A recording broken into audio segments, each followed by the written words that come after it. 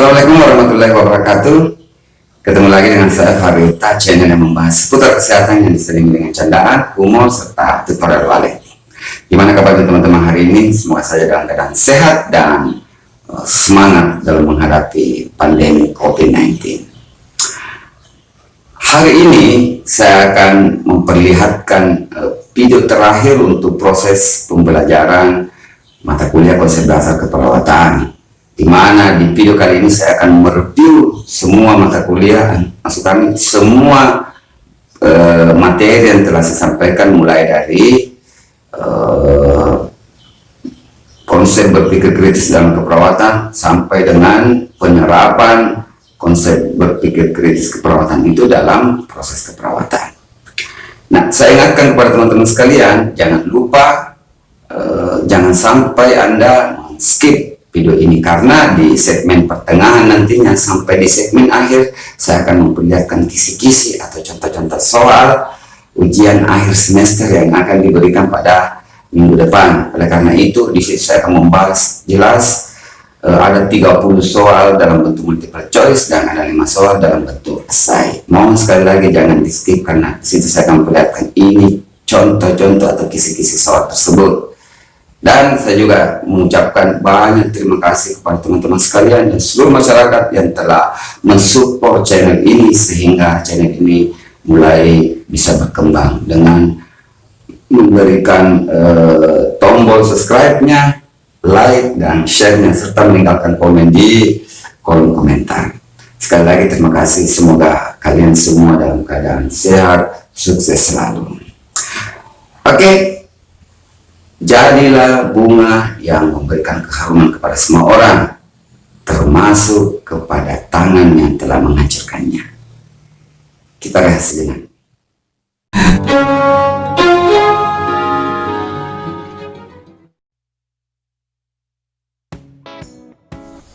Nah, kita langsung masuk saja ke definisi berpikir kritis dalam keperawatan.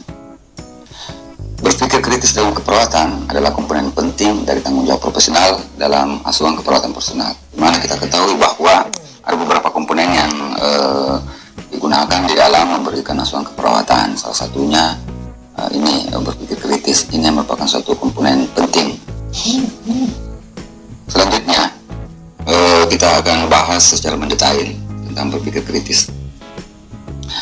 Berpikir kritis, berpikir atau thinking itu memiliki suatu pendapat, merefleksikan sesuatu, mengingat, membedakan, membentuk gambar mental dan membuat alasan. Nah, seperti itu. Kemudian untuk kritikal atau kritis, yaitu kebutuhan akan penegakan keputusan secara hati-hati. Jadi seorang perawat itu dalam mengambil keputusan dia harus melakukannya secara hati-hati dan mempertimbangkan beberapa aspek, tidak melakukannya secara sembrono, ya. Lalu kemudian berpikir kritis, menurut beberapa ahli keperawatan, yang pertama menurut Crozier et al. Pada tahun 1995 mengatakan bahwa berpikir kritis itu adalah suatu aktivitas mental yang memiliki tujuan, di mana ide-ide dihasilkan dan dievaluasi, perencanaan dibuat dan ditegakkan suatu keputusan ataupun kesimpulan. Seperti itu yang dikatakan Crozier. Selanjutnya menurut Cave pada tahun 90, ini Cave saya juga tidak tahu ini orang dari luar negeri ke orang dari Indonesia, karena tetangga saya juga ada namanya Cave, Bugis. Oke, berpikir kritis menurut Cave merasionalisasi kehidupan manusia dan secara hati dia mengamati, memeriksa proses berpikirnya sebagai dasar untuk mengklarifikasi dan memperbaiki pemahaman kita tentang sesuatu. Seperti itu katanya berpikir kritis. Lalu menurut Strader, berpikir kritis itu adalah pemeriksaan atau pengamatan atas sesuatu asumsi tentang bukti terbaru dan menginterpretasikan dan mengevaluasi argumen dalam rangka menegakkan kesimpulan atas sesuatu perspektif baru. Jadi semuanya mirip-mirip, ya. Ada di sini mengamati, memeriksa, di sini juga memeriksa atau mengamati. Seperti itu. Nah, jika kita melihat beberapa pendapat dari para ahli tentang berpikir kritis dan adanya kesimpulan, maka dapat ditarik beberapa karakteristik berpikir kritis atau ciri khas yang dapat kita lihat kepada seorang perawat yang melakukan asuhan keperawatan dengan menggunakan cara berpikir kritisnya. Di sini dapat kita lihat ciri-cirinya atau tanda-tandanya. Yang pertama adalah rasional atau reasonable atau reflektif. Dikatakan rasional jika berdasarkan alasan-alasan dan bukti-bukti, bukan atas dasar keinginan pribadi. Jadi seorang perawat itu dalam memutuskan suatu keputusan, dia harus mempertimbangkan alasan-alasannya dan ada bukti-bukti. Pemikir kritis tidak melompat pada kesimpulan. Dia butuh waktu untuk koleksi data, menggabungkan beberapa data, baik itu subjektif, objektif, untuk menganalisisnya, kemudian menimbang-nimbang fakta dan memikirkan masalah yang terjadi. Nah, contoh, Sarah memutuskan untuk menjadi perawat setelah menonton film yang menunjukkan perawat sebagai seorang yang menarik dan heroik. Jadi, secara rasional Sarah itu memilih kuliah di keperawatan karena dia pernah nonton filmnya. Ternyata perawat itu suatu profesi yang menarik dan sebagai seorang pahlawan menolong pasien yang sakit. Lalu kemudian si Ani yang berpikir lebih kritis menanyakan konselor tentang pekerjaan yang tersedia sebagai seorang perawat. Lalu dia juga berbicara dengan beberapa orang perawat. Nah, setelah dia mendapat informasi yang banyak dari konselor maupun dari beberapa perawat, dia menimbang-nimbang sehingga Ani memutuskan untuk masuk pendidikan keperawatan. Seperti itulah namanya rasionalisasi, ya. Terus yang kedua, karakteristik berpikir kritis, yaitu melibatkan skeptisisme yang sehat dan konstruktif. Skeptisisme artinya keraguan-raguan. Artinya dalam melakukan tindakan sebetulnya kita tidak perlu ragu-ragu karena kita kan sudah dibarengi dengan ilmu pengetahuan dan teknologi serta beberapa pengalaman. Tetapi dalam hal ini skeptisisme yang sehat dan konstruktif, artinya tidak menerima atau menolak ide-ide kecuali karena mengerti hal tersebut. Kalau sudah kita ketahui ide terbaru itu, ya tidak apa-apa diterima, tapi kalau belum mengerti, ya perlu dianalisis terlebih dahulu. Kemudian mentaati peraturan setelah berpikir panjang dan mencari pemahaman, merasionalisasikannya, kemudian mengikuti yang masuk akal dan bekerja untuk memperbaiki yang tidak masuk akal. Contoh, ketika seorang salesman mendesak bahwa sebuah model IV kateter aboket baru lebih baik daripada yang lama, perawat rajia menanyakan, apa yang Anda maksud dengan lebih baik? Informasi apa yang Anda miliki untuk menunjukkan atau membuktikan hal tersebut? Jadi seorang perawat yang berpikir kritis itu selalu mau mencari tahu apa keuntungannya benda yang satu ini dengan benda yang lain jika ada hal-hal yang baru. Lalu kemudian yang ketiga, karakteristiknya itu otonomi. Tidak mudah dimanipulasi. Dia berpikir dengan pikiran sendiri dibandingkan diarahkan oleh anggota grupnya. Contoh, di keluarga Muri tidak seorang pun berpendidikan tinggi. Rata-rata saudaranya ya putus sekolah dan bahkan ada satu belum mendaftar ya sudah berhenti. Walaupun saudara perempuannya tidak mengerti mengapa yang berbaik keras untuk kuliah, Muri berkata, saya sudah menginginkannya dan hal ini adalah yang ingin saya lakukan. Saya percaya segala upaya yang saya akan berguna kelak. Kemudian ciri khas karakteristik berikutnya yaitu kreatif. Nah, kreatif itu menciptakan ide-ide original dengan cara menghubungkan pemikiran dan konsep.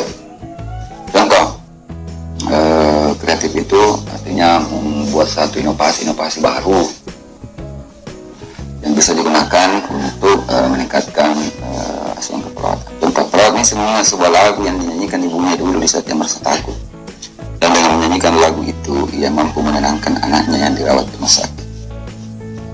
Kemudian yang kelima, karakteristiknya itu tidak berpihak. Contoh, perawat Parman, seorang kepala ruangan, perlu membuat rencana untuk mengantisipasi liburan Idul Fitri dan Idul Adha. Sebelum merespon terhadap permintaan individual staf untuk libur, ia menanyakan pada stafnya untuk menyatakan pilihannya setelah mampu menentukan jumlah staf yang dibutuhkan untuk kedua liburan tersebut. Artinya, sebagai seorang perawat yang berpikir kritis, dia juga mampu untuk membuat suatu rencana, ya, mengantisipasi permintaan liburan anggotanya. Jadi dia tidak membeda-bedakan, dia harus bersifat adil dan tidak berpihak. Dan terakhir, ciri khasnya dapat kita lihat yaitu dapat dipercaya dan dilakukan. Artinya memutuskan tindakan yang akan dilakukan, membuat observasi yang dapat dipercaya dan menegakkan kesimpulan secara tepat, mengatasi masalah dan mengevaluasi kebijakan, tuntutan dan tindakan. Seperti itu. Nah, kritis di keperawatan akan mempraktekkan keterampilan kognitifnya di dalam analisa suatu masalah. Jadi dia menggunakan analisa data, mengumpulkan fakta-fakta, data objektif, subjektif, lalu kemudian mengaplikasikan standar. Jadi ada beberapa standar yang mungkin digunakan sebagai basic ilmu seorang perawat untuk diaplikasikan di dalam pemberian asuhan keperawatan. Begitupun dengan diskriminasi, keterampilan kognitifnya dapat membedakan atau dapat mengklasifikasi bahwa tindakan ini tidak dianggap sebagai diskriminasi atau membeda-bedakan.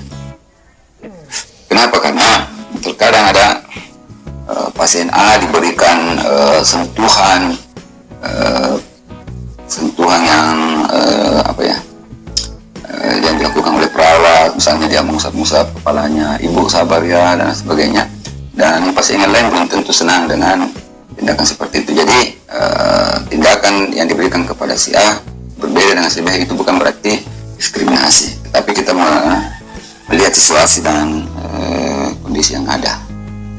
Lalu kemudian pencarian informasi dalam memberikan asuhan keperawatan keterampilan kognitif pun menggunakan sistem pencarian informasi untuk mengetahui lebih dalam, lebih detail situasi yang sementara kita lakukan perawatan. Kemudian pembuatan alasan logis, jadi kita juga mampu mengetahui apa alasannya memberikan asuhan keperawatan seperti ini, tindakan keperawatan seperti ini.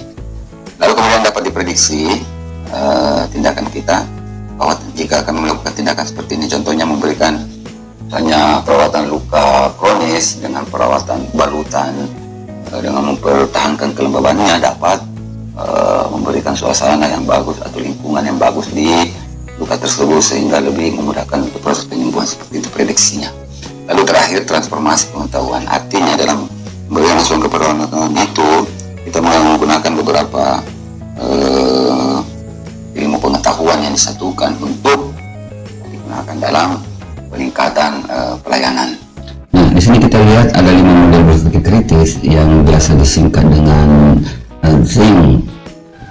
T-nya itu adalah total recall, kemudian H habits, I inquiry, kemudian N-nya new ideas and creativity, dan K itu knowing how reasoning. Baik, kita bahas satu persatu ya. Yang pertama yaitu total recall atau pemanggilan total. Di sini mengingat fakta atau suatu kejadian serta mengingat di mana dan bagaimana menemukannya ketika dibutuhkan. Lalu kemudian kemampuan untuk mengakses pengetahuan di mana pengetahuan merupakan sesuatu yang dipelajari dan disimpan dalam pemikiran. Seperti itu yang dikatakan sebagai total recall. Artinya setiap orang punya klaster pengetahuan yang berbeda-beda dalam pikirannya. Total recall seseorang tergantung pada memori ataupun ingatannya. Memori itu merupakan suatu proses yang kompleks. Jika Anda selalu kesulitan dalam mengingat sesuatu, saya sarankan jangan menyerah. Nah, ada beberapa cara atau berbagai cara untuk membantu kita mengingat sesuatu. Seperti ini contohnya. Kita meletakkan suatu fakta pada suatu pola tertentu, artinya supaya memudahkan mengingat segala sesuatu yang telah kita pelajari dan pengalaman yang telah lalu, kita membuat pola. Contohnya seperti ini, polanya pola ting kita pakai ya, pola untuk mengingat model berpikir. Ini ada angka-angka seperti ini, 555 068 585 27. Nah, kalau seperti ini memang agak susah dihafalnya, tetapi kalau jika kita membuat pola seperti ini, nah, kita lingkari ini 55 kemudian 506 agar 8527, ini lebih mudah mengingat dengan seperti ini caranya. Lalu kemudian coba ingat-ingat kata-kata ini. Di sini ada kata-kata mobil, kereta, garpu, jeruk, piring, apel, sendok, sawat, gelas, pisang, sepeda, dan semangka. Nah, jika ini disimpan di dalam memori, untuk mengingatnya agak susah. Kenapa? Karena kata-katanya ini narasinya begitu bersambung saja. Tetapi jika seperti ini caranya, kita pisahkan, misalnya ini mobil, kereta, pesawat, ini adalah golongan transportasi, kemudian ini alat-alat makan, garpu, piring, sendok, dan ini jenis-jenis buah-buahan, jeruk, apel. Jadi ini dengan mudah kita bisa mudah mengingatnya. Ada 12 kata, ada 4 transportasi, ada alat makan dan buah-buahan, mudah ya dihafalnya. Apalagi jika kita bikin jembatan keledainya seperti ini MKPS, DPSG dengan JAPS seperti itu. Nah, mengkaitkan fakta dengan pengalaman, contohnya total record itu kita mengkaitkan fakta dengan pengalaman. Contohnya mahasiswa akan mengingat penjelasan dosen jika dosen mendukungnya dengan cerita-cerita yang lucu. Oleh karena itu, setiap saya memberikan materi, saya selalu selingi dengan cerita lucu agar teman-teman dapat mengingatnya. Oh, waktu Bapak memberikan materi tentang karakteristik seperti ini yang pernah dia bilang, karena diselingi pada waktu itu ada candaan dan ada humor. Itu kali. Lalu di sini saya akan memberikan latihan berpikir 2 ya. Dapatkan Anda mengingat berapakah nomor HP suami atau istri atau pacar Anda. Nah, ini agak susah memang biasanya menghafal nomor suami atau istri, tapi kalau biasanya pacar itu agak-agak mudah sih, karena ya teman-teman tahu sendiri. Nah, di sini untuk mengingatnya seperti tadi kita lakukan pemetaannya seperti ini, 0852 1518 3600, kan mudah diingat dibanding 0852 1518 3600, kan agak susah menghafal seperti itu. Lalu kemudian berapa denyut jantung janin. Nah, untuk mengetahui denyut jantung pada janin, bayi, balita dan seterusnya, nanti kita bikin pemetaan. Misalnya janinnya atau bayi di bawah 1 tahun misalnya ya, antara 100 sampai 160, kemudian di bawah 180 sampai 100 umur berapa dan seterusnya. Nah, seperti itu untuk membuat polanya ya. Lalu kemudian berapa jumlah hari di dalam bulan September ya, di sini maaf, berapa jumlah hari di dalam bulan September itu. Kemudian nanti kita akan membuat pola-polanya. Januari misalnya kita menggunakan apakah tangannya, biasanya tonjolan tangannya biasa digunakan. Misalnya Januari 31, turun lagi 28 atau 29, naik lagi 31, 30, 31, seperti itu, supaya teman-teman mudah mengingat secara total. Kemudian obat apakah yang diberikan dengan segera pada pasien angina pectoris. Nah, seperti itu. Biasanya kita pakai obat-obat apa ya yang dibawa dipasang lidah dan seterusnya. Dimana Anda akan mencari batas normal jumlah sel darah merah. Soalnya teman-teman membuat pemetaan sel darah merah itu ada berapa ya? Ada 3. Sel darah itu ada terdiri dari 3. Misalnya ini eritrosit, sel darah merah atau eritrosit, kemudian sel darah putih, leukosit, kemudian butir-butir pembeku atau trombosit. Nah, nanti dibagi. Oh, kalau eritrosit kalau kurang, misalnya anemis, kalau lebih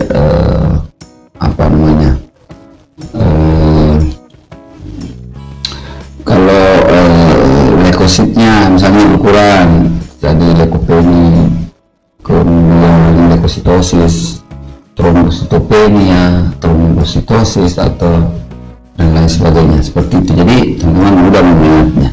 Lalu kemudian bagaimana Anda mengingat 12 saraf kranial. Jadi teman-teman tinggal membuat polanya seperti itu. Misalnya untuk mengingat 12 pasang saraf, bikin polanya O3 T2 apakah misalnya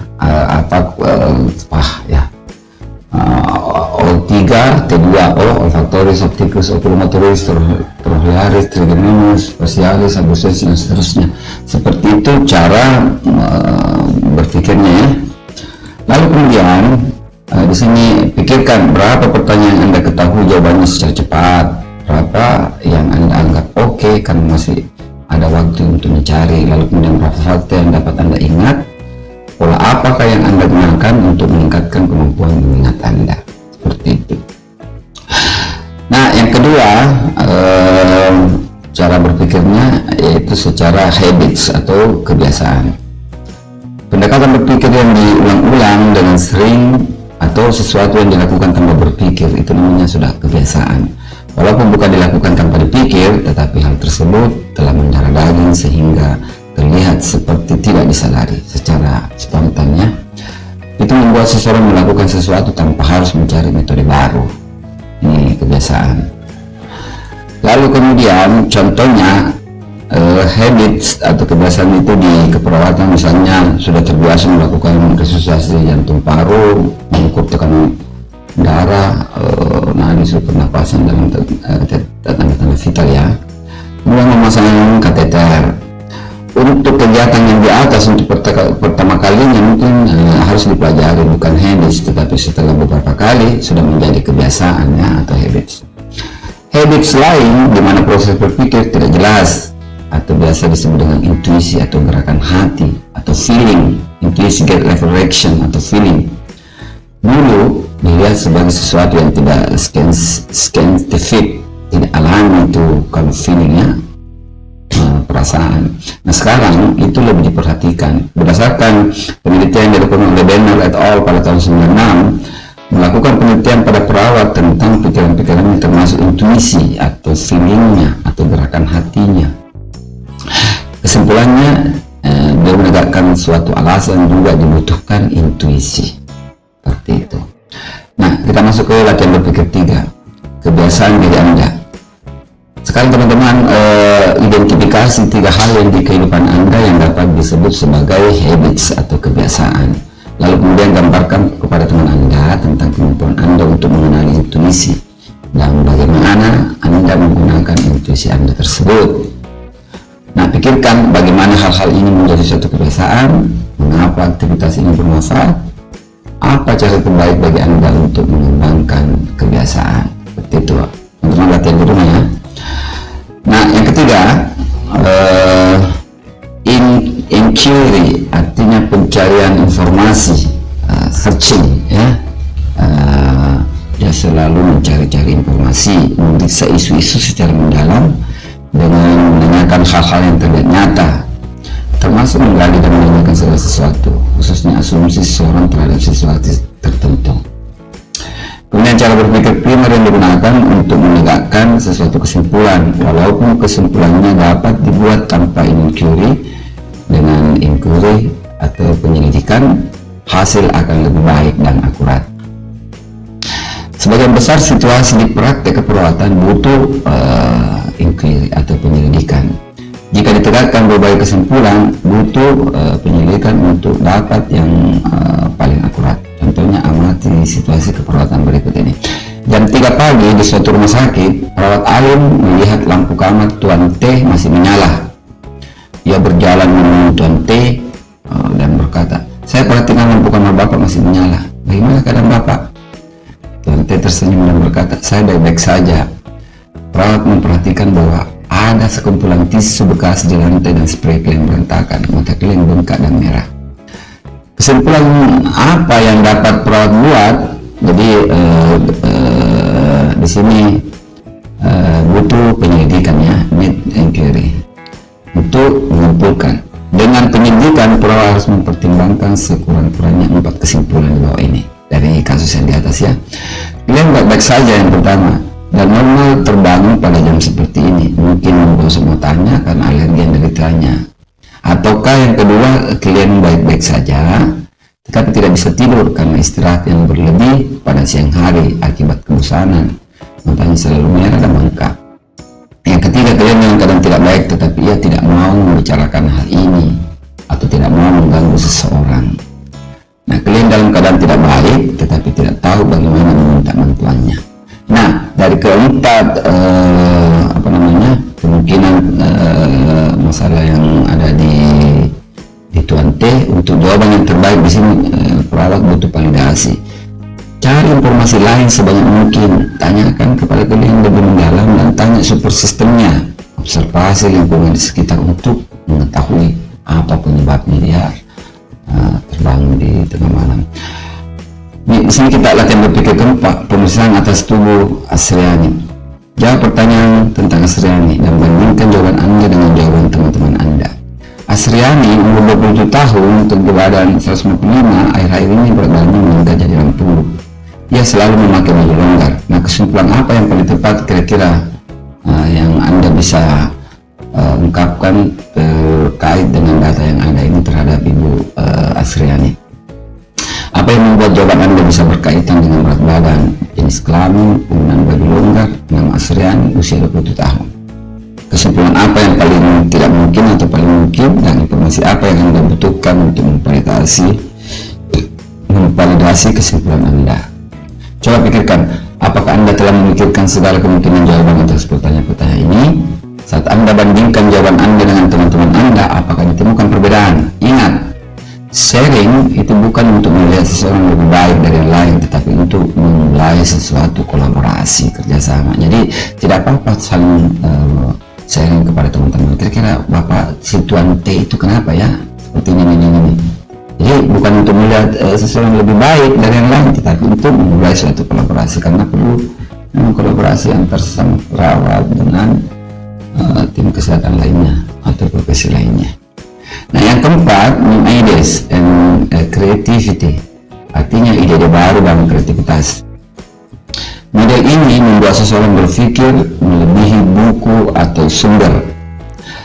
Kreativitas lebih atau kurang sama dengan habits, artinya seseorang yang kreatif akan berkata, let's try new way, let's try this new way, artinya mari kita coba sesuatu yang baru.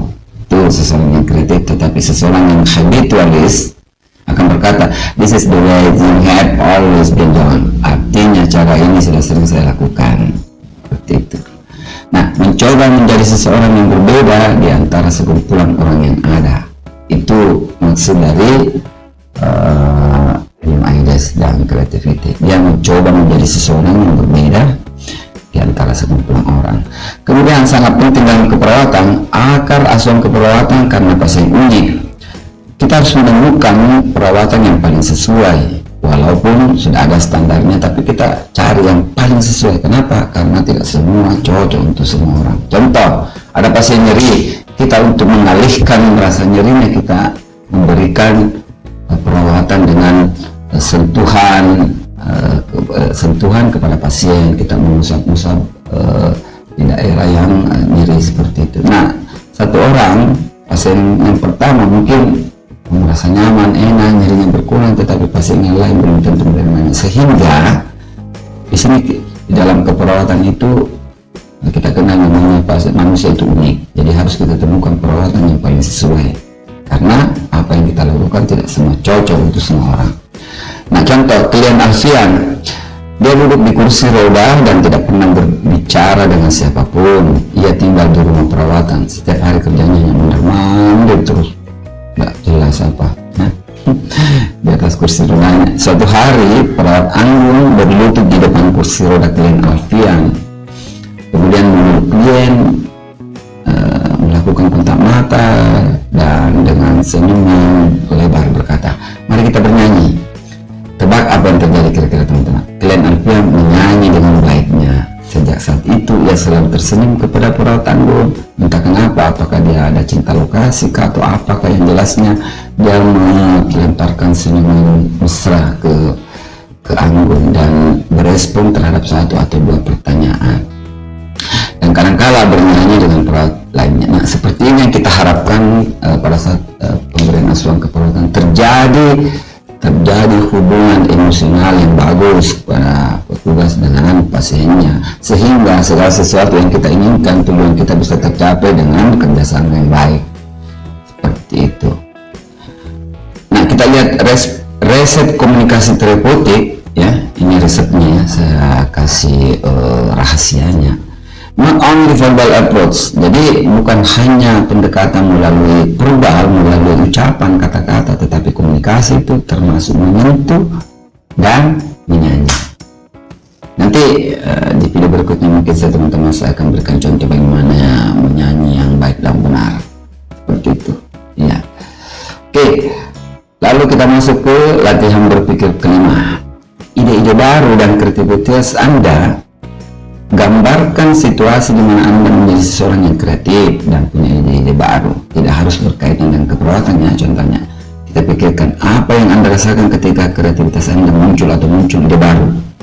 Berapa kali kira-kira sehari Anda menjadi orang yang kreatif dalam 1 minggu, dalam 1 bulan, dan berapa banyak energi yang Anda butuhkan untuk menjadi kreatif.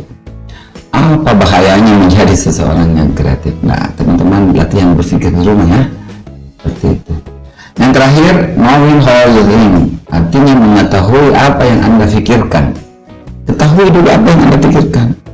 Berpikir tentang bagaimana seseorang berpikir, seperti itu namanya metacognition, berada di antara proses mengetahui, tahu bagaimana Anda berpikir. Seperti itu. Scott pada tahun 83 mengatakan menyarankan penggunaan pendekatan refleksi knowing how you think untuk kerja profesional yang sulit menemukan masalah dan solusinya dalam buku sumber. Lalu kemudian perawat yang baik akan gunakan pendekatan refleksi dengan cara terus-menerus mengadaptasikan pikiran mereka kepada kebutuhan klien dan asuhan keperawatan yang terus berubah. Untuk mempermudah refleksi dan mengembangkannya, kaitkan hal-hal abstrak, sesuatu yang ada di pikiran pada suatu situasi tertentu. Contoh, kenapa saya merasa tidak nyaman pada situasi tersebut? Bagaimana saya melupakan hal tersebut? Apa yang saya asumsikan dan mengapa? Apakah pasien berpikir sama dengan saya? Tuh. Pertanyaannya akan berubah-ubah sesuai dengan situasinya. Semakin banyak situasi yang direfleksikan, model K tadi semakin berkembang. Mau ini K.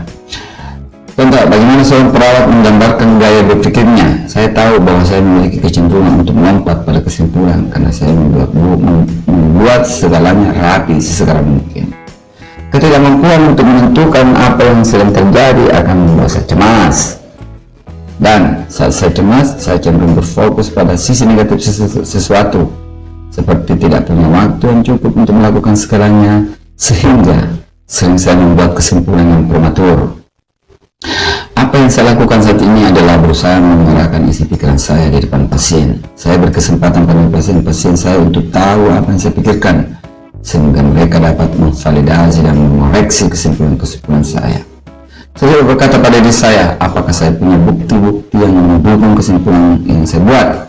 Saya juga tidak punya ingatan yang baik untuk hal-hal tertentu, seperti nilai lab, sehingga saya punya masalah mengkaitkan hal-hal tersebut dengan kondisi pasien. Oleh sebab itu, saya selalu membawa buku referensi. Dulu saya takut untuk mengatakan saya tidak tahu, karena saya berpikir bahwa saya harus tahu segala sesuatu yang ditanyakan pasien. Tetapi sekarang saya gunakan situasi tersebut menjadi situasi belajar bagi saya dan pasien. Saya katakan, mari kita lihat apakah kita dapat temukan jawabannya bersama. Jadi, manfaatkan kerjasama, masukan, dan kontribusi pasien. Latihan berpikir ke-6, bagaimana Anda berpikir? Nah, tulis dan jelaskan pada seseorang bagaimana Anda berpikir, kemudian hati-hati, berfokuslah pada bagaimana Anda berpikir, bukan pada apa yang Anda pikirkan. Nah, beda itu, berfokus pada bagaimana cara Anda berpikir. Tadi dari awal kita menggunakan pola-pola seperti mudah, total recall-nya dan seterusnya, dan bukan pada Anda ya, apa yang Anda pikirkan. Pikirkan apakah ini sudah dilakukan. Ya, pada sebagian besar orang. Mengapa Anda berpikir bahwa hal ini sulit dilakukan? Satu, alasannya adalah karena keterbatasan terminologi untuk menggambarkan bagaimana seseorang berpikir. Nah, seperti itu. Berpikir dalam konteks, berpikir mengetahui bagaimana Anda berpikir, membantu kita memilih lingkungan kerja yang dapat memaksimalkan secara berpikir kita. Contohnya, jika Anda berpikir dengan baik pada lingkungan tenang dan terstruktur, mungkin Anda tidak ingin mencari kerja di Inggris. Seperti itu. Kemudian membantu kerja kolaborasi. Contoh, jika Anda merasa diintimidasi ketika orang-orang bersikap konfrontasi langsung, mungkin Anda dapat mempersiapkan diri Anda dengan cara tarik nafas dalam dan menghitung sampai 3 jika menghadapi situasi tersebut. Atau Anda berlatih untuk berkata, saya butuh waktu untuk memikirkan hal ini, saya tidak dapat menjawabnya dengan segera. Nah, ini materi kita hari ini, yaitu hambatan menuju kualitas berpikir yang tinggi. Ada beberapa hal yang dapat menghambat seorang perawat untuk berpikir kritis, yaitu salah satunya yaitu dengan penggunaan habits atau kebiasaan. Habits dapat memberikan rasa nyaman bekerja bagi seorang perawat, tetapi perawat dapat berhenti berpikir dan menolak penggunaan inquiry dan new ideas. dengan adanya kebiasaan-kebiasaan yang sering digunakan, sudah mendarah daging dan sudah begitu bertahun-tahun dilakukan, sehingga petugas khususnya perawat itu biasanya sudah keenakan ya menggunakan habits tersebut, sehingga untuk pencarian fakta-fakta dan menggunakan ide-ide baru itu biasanya agak susah dilakukan, sehingga itu salah satu yang membuat seorang perawat itu merupakan satu hambatan untuk berpikir yang tinggi. Lalu kemudian kecemasan juga salah satu hambatan ya, merupakan penghambat menuju kualitas berpikir yang tinggi, di mana kecemasan di sini menghambat untuk inquiry, new ages dan knowledge. Lalu dengan kecemasan dapat menurunkan kemampuan seseorang berpikir. Oleh sebab itu penting bagi seorang perawat untuk menemukan cara untuk menurunkan kecemasan. Selanjutnya, hal-hal yang membuat pikiran Anda unik, yaitu setiap orang memiliki tipe inteligensi yang berbeda, perbedaan perasaan, perbedaan latar belakang, dan perbedaan ide-ide dalam pikiran, sehingga hal tersebut yang membuat pikiran teman-teman itu unik dari yang lainnya. Nah, di sini kita melihat ada beberapa tipe inteligensi yang menurut Berners, yaitu secara visual. Jadi inteligensinya dapat dilihat dengan berpikir dengan mata, ya, melihatnya. Spatial, memilih penggunaan gambar dan grafik. Lalu kemudian dengan menggunakan verbal atau linguistik atau pendengaran, yaitu menggabungkan berbicara, mendengar, menulis, membaca, dan cara komunikasi lainnya. Seperti itu inteligensi ya, tipe-tipenya ya. Lalu kemudian yang ketiga secara logikal atau matematik, yaitu penggunaan berbagai keterampilan, membuat alasan, memilih, penggunaan data faktual, dan penggunaan cara berpikir induksi dan deduksi. Lalu multiple intelligensi yang keempat, yaitu musikal atau ritmik, yaitu memolakan atau membuat pola irama dalam pikiran, mempelajari dan mengetahui sesuatu dengan cara membagi, mengekspresikan, mengartikan, dan mencipta berdasarkan pola-pola. Lalu kemudian Baudaily atau kinestetik itu menggunakan tubuh sebagai penuntun pikiran dan bertindak. Dan interpersonal atau sosial, yaitu menggunakan komunikasi dengan intonasi dan jeda dengan tujuan untuk memahami, empati, dan belajar dari orang lain. Untuk intrapersonal atau introspektif itu berfokus pada pemahaman terhadap diri dengan tujuan belajar secara internal melalui perubahan pengetahuan menjadi suatu arti. Sedangkan yang terakhir yaitu nature atau ecological, yaitu kemampuan untuk mengenal dan membedakan karakteristik dan fenomena tumbuhan dan hewan di dunia serta material inorganik. Nah, itu ada 8 tadi yang menurut Berners multiple intelligentsia. Nah, sekarang kita latihan berpikir ke-7, bagaimana cara mengeksplorasi berbagai inteligensia. Manakah di antara 8 tipe tadi yang visual, yang kemudian lingual, matematik, dan seterusnya yang merupakan kekuatan Anda. Jadi seorang perawat di situ ada salah satu kekuatan dia yang dimilikinya, dia pandai dengan menggunakan visualnya atau verbalnya dan lain sebagainya, atau intrapersonalnya, interpersonalnya. Nah, di mana di antara ke-8 tipe tersebut yang merupakan kekuatan Anda? Coba berpikir. Lalu kemudian, manakah di antara 8 tipe inteligensi yang Anda pikir sebagai nilai tertinggi pada masyarakat kita, pada masyarakat Barat, pada masyarakat Timur sekarang ini kita berada? Lalu manakah di antara 8 tipe inteligensia merupakan yang terpenting di keperawatan? Silakan Anda mengeksplor pemikiran inteligensianya. Lalu manakah di antara inteligensi Anda yang ingin Anda tingkatkan? Apa yang dapat Anda lakukan untuk mencapainya? Seperti itu. Nah, selanjutnya kita masuk ke doing. Doing itu melakukan, implementasi. Doing and thinking. Di sini kata doing and thinking itu adalah tidak dapat dipisahkan dalam great nursing care. Itu perawatan yang hebat. Nah, gabungan tersebut merupakan hasil dari berpikir, bagian dari keperawatan yang dapat diobservasi dan mudah dikenali dari doing tersebut.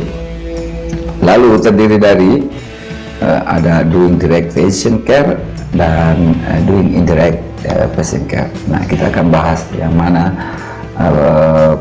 perawatan pasien secara langsung maupun melakukan perawatan pasien yang secara tidak langsung.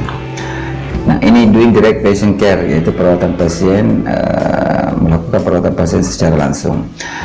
Assistant yaitu membantu pasien untuk melakukan sesuatu bagi diri mereka. Itu adalah perawatan pasiennya yang langsungnya. Kemudian caring atau peduli, yaitu memberikan melalui perilaku verbal, non verbal, pengasuhan dan dukungan pada pasien dan keluarganya. Itu salah satu bagian dari doing-nya di doing direct patient care. Lalu kemudian caretaking, yaitu melakukan untuk pasien dan keluarga sesuatu yang mereka tidak bisa lakukan, jadi memberikan bantuannya. Lalu counseling itu memberikan informasi, edukasi, membantu pasien dan keluarga meningkatkan coping efektifnya akan situasi tertentu. Lalu data collection, yaitu mengumpulkan informasi tentang pasien. Teaching, memberikan informasi sehingga pasien dan keluarga dapat mengerti dan melakukan aktivitas tertentu. Implementation, physician order, yaitu melakukan aktivitas sesuai dengan petunjuk dokter. Jadi teman-teman itu dalam melakukan perawatan pasien langsung, selain dengan menggunakan asuhan keperawatannya, kita juga melakukan implementasi sesuai dengan physician order atau petunjuk dokter. Kemudian monitoring, yaitu mempertahankan alur informasi relevan tentang penyakit dan situasi pasien. Nah, untuk referensi yaitu menghubungkan pasien dan keluarga pada sumber-sumber bantuan. Nah, doing indirect patient care, perawatan pasien tidak langsung, diberikan melalui advokasi, menjadi agent bagi pasien dalam membela haknya. Lalu kemudian collaborating, itu bekerja sama dengan profesi kesehatan lain dan profesi lainnya dalam memberikan perawatan. Consulting, memberikan saran sebagai ahli atau profesional, karena perawat itu merupakan suatu profesi. Nah, data collection itu memperoleh informasi tentang lingkungan sekitar pasien dan bagaimana ia berinteraksi dengan lingkungan tersebut. Untuk dokumentingnya, ia menuliskan informasi tentang pasien. Untuk education self, terus menerus belajar ya.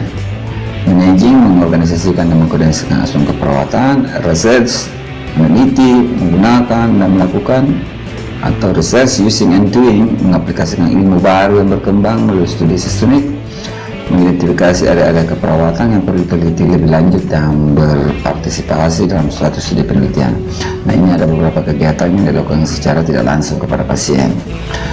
Lalu kemudian kita masuk ke latihan berpikir 8. Bagaimana cara menggunakan doing tersebut? Doing itu menggunakan, mengimplementasikan. Coba kita baca kasus berikut dan eksplorasi bagaimana ASKEP meliputi seluruh aktivitas doing. Contoh kasus, Tuan Akbar tidak dapat menjadi dan menggunakan pakaiannya sendiri. Maksud kami, Tuan Akbar tidak dapat mandi dan menggunakan pakaiannya sendiri. Ia dirawat di rumah sakit dan mengalami hemiparesis setelah kejadian stroke yang menimpanya. Nah, sekarang teman-teman pikirkan, apakah ada satu kegiatan doing yang overlap, artinya double ya. Lalu kemudian mengapa Anda memilih aktivitas atau intervensi yang demikian? Apakah Anda sudah pernah melakukannya? Apakah Anda membayangkan diri Anda sebagai seorang ahli keperawatan yang mampu melakukan seluruh aktivitas tersebut? Nah, contoh jawaban atas kasus Tuan Akbar. Di sini caretaking-nya ya, bantuan yang diberikan yaitu membantu pasien mandi dan pakai baju, untuk kepedulian, caring, bersikap hati-hati dalam perkataan dan tingkah laku agar tidak menyinggung perasaan pasien. Ya, jangan sampai pasiennya hemiplegisnya sembuh, lalu hatinya yang sakit karena mulut manis Anda. Oke, kemudian assetting itu membantu kalian makan sendiri. Teaching mengajarkan kalian cara adaptif untuk mandi dan pakai baju sendiri. Nah, selanjutnya kita masuk ke faktor-faktor yang mempengaruhi doing. Ada beberapa faktor, ada 3 ya: faktor lingkungan, faktor pasien, dan faktor perawat itu sendiri. Nah, kita bahas satu faktor lingkungan, setting. Jadi yang mempengaruhi itu salah satunya dari faktor lingkungan adalah settingnya, baik itu rumah sakit, klinik, rumah, nursing home, ataupun di sekolah-sekolah pendidikan keperawatan. Itu adalah merupakan faktor lingkungan yang mempengaruhi. Kemudian waktu, 2 menit kah atau 2 jam kah, apakah Anda akan melihat pasiennya lagi. Artinya waktu yang digunakan untuk memberikan perawatan kepada pasien itu macam-macam ya, tergantung dari tindakan keperawatannya. Nah, yang harus dipikirkan karena ini mempengaruhi apakah kegiatan tersebut dilakukan dalam waktu cepat atau dalam waktu lama, apakah cuma pasien itu yang akan dilayani, seperti itu. Lalu kemudian sumber-sumber di situ terdiri dari peralatan, perlengkapan, keuangan, asuransi. Semua ini berpengaruh untuk memberikan doing dari faktor lingkungan. Nah, dari faktor pasien, yang pertama yaitu keparahan penyakit, apakah pasien itu dalam kategori intensive care, emergency, rutin, kronis, ataupun melalui promosi kesehatan dan lain-lain. Yang kemudian nilai atau keyakinan dan harapan tentang kesehatan dan perawatan rawat saya secara total, atau terkadang juga ada pasien yang mengatakan lebih baik saya lakukan sendiri, tinggalkan saya sendiri, saya terlalu cemas, seperti itu. Artinya semua ini beda-beda ya, tergantung nilai-nilai dan keyakinan dan harapan tentang kesehatan dan perawatannya. Pasien begitu memang ya, masyarakat. Kadang kita sudah melakukan seperti ini, juga meminta untuk dilakukan perawatan secara total. Ada sudah dilakukan perawatan secara total, bahkan mereka lebih baik saya lakukan sendiri katanya. Ya udah. Selanjutnya, tahap perkembangan faktor budaya, etnik, sosial ekonomi, dan tingkat pendidikan juga mempengaruhi dalam melakukan doing, yaitu bayi atau dewasa, seperti itu.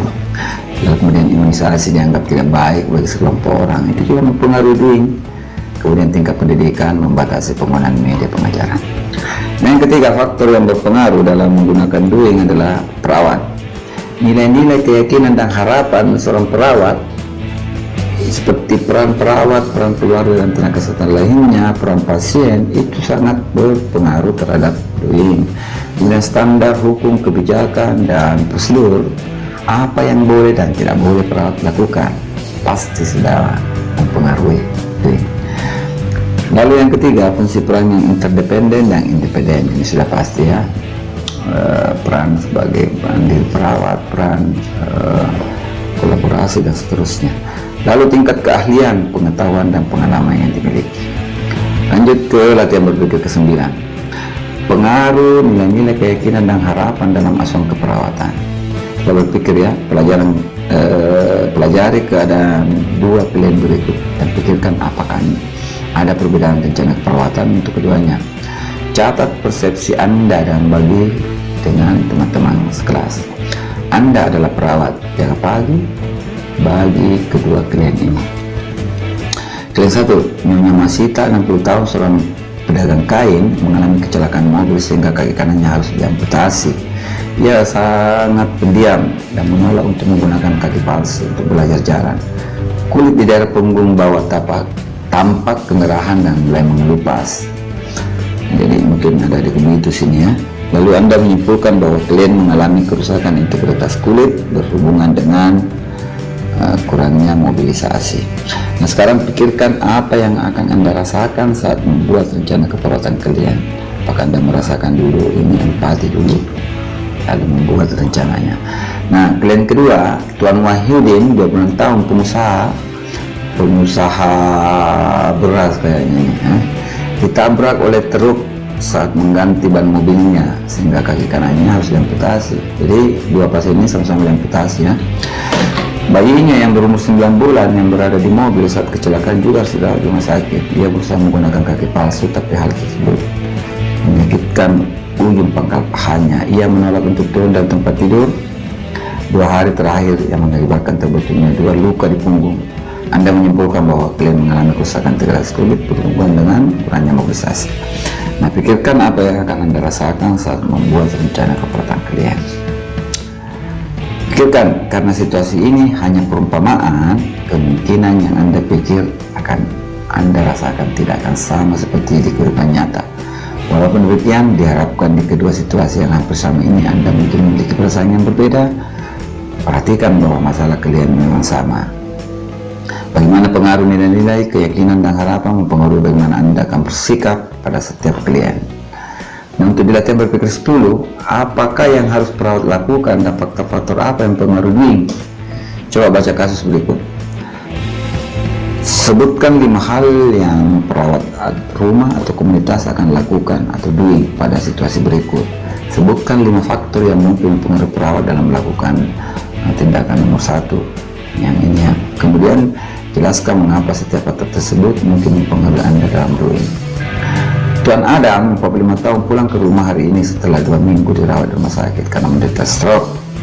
Ia memiliki kesulitan untuk mandi dan mengenakan pakaian sendiri. Ia tinggal bersama istri dan anak laki-lakinya, bersama istri dan 2 anak laki-lakinya di rumah 2 minggu. Ia masih sulit Ia tinggal bersama istri dan anak laki-laki remaja. Asuransi Tuan Adam juga termasuk perawatan rumah 2 minggu. Artinya dia ditanggung ya untuk perawatan selama 2 minggu di rumah oleh asuransi. Lalu ia masih sulit menerima keadaannya dan berusaha melakukan segalanya dengan cepat, tetapi malah membuatnya frustasi. Dengan sedikit dorongan, ia dapat berdiri dengan lambat dan mempertahankan keseimbangannya. Istrinya menjadi sangat tidak sabar dan lebih sering melakukan segalanya untuk Tuan Adam daripada membiarkan Tuan Adam mengajarkan mandiri. Coba teman-teman pikirkan, apakah sulit atau mudah untuk menentukan hal-hal yang harus dilakukan oleh perawat? Model berpikir manakah yang Anda gunakan? Anda gunakan sehingga muncul 5 tindakan keperawatan tersebut. Lalu atas berbagai faktor yang mempengaruhi perawat dalam bertindak, manakah yang paling sesuai dengan diri Anda? Nah, kita lihat di sini ya, persamaan untuk keperawatan yang hebat, an initiation for great nursing. Jadi keperawatan yang hebat itu menghasilkan perawat dengan kualitas yang tinggi atau high quality nursing care, sama dengan jadi keperawatan yang hebat katanya itu yang bisa menghasilkan pelayanan yang berkualitas tinggi jika atau sama dengan patient plus you plus thinking plus knowledge plus nursing, menghasilkan skill dan proses. Nah, untuk patient tadi ya atau klien merupakan satu individu atau grup keluarga atau komunitas, itu yang termasuk pasien. Jadi merupakan gabungan itu untuk mendapatkan perawatan yang berkualitas tinggi. Ada pasiennya, ada you-nya itu seseorang yang spesial yang ingin menjadi perawat yang hebat. Ya, kalian ini semua. Nah, kemudian keterampilan berpikirnya atau thinkingnya itu kita menggunakan 5 model berpikir kritis. Lalu knowledge itu pengetahuan, yaitu beragam informasi dari beragam sumber dan diorganisasikan sehingga memberikan arti yang membuat keperawatan itu menjadi hebat.